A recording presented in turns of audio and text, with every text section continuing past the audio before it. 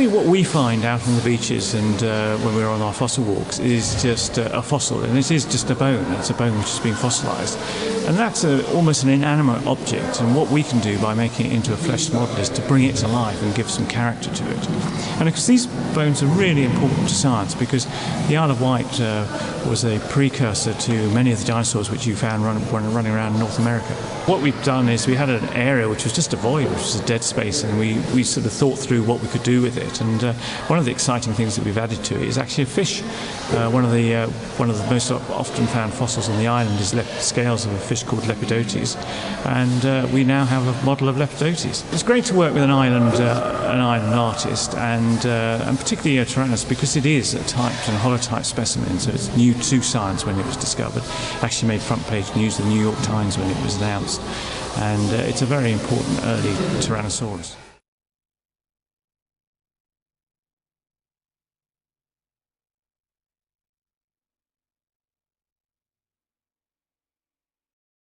Called Gavin Lang walked into my office and he had that in his hands, and this is a claw, it's a hand claw, and I'd never seen anything like it from the Isle of Wight before.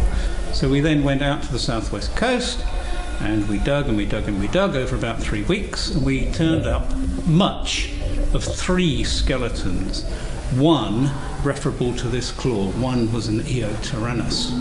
Now, so what's the big deal? How do we make it into a relative of T-Rex? Well, the claws aren't helpful, because all meat-eating dinosaurs have claws which are very similar. But there is this bone here.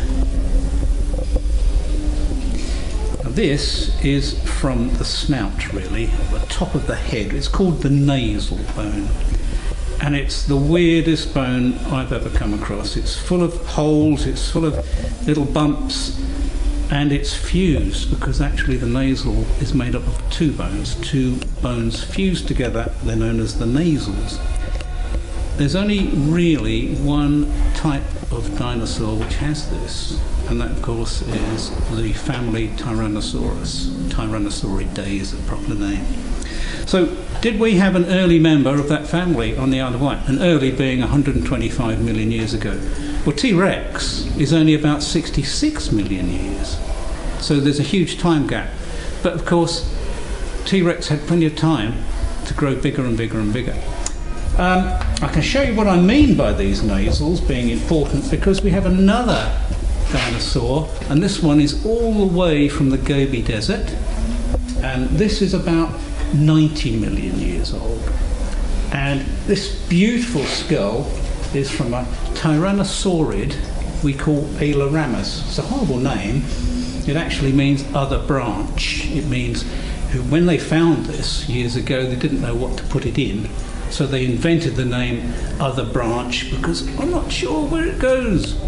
Well, on this beautiful thing we have the same structure. We have the nasals, and on this, which would be about twice the size of Eotyrannus, the nasals stretch from my hand here, and from these horns on the animal's head, right the way down, almost to the tip of the snout. And you can see how the nasals are fused together, because this is a tyrannosaurid. And we are pretty sure, because these, never mind the lack of size in this Eotyrannus compared to Eotyrannus, we're pretty sure they're quite closely related. In other words, we have on the Isle of Wight 125 million years ago a meat-eating dinosaur which was related to the great T-Rexes.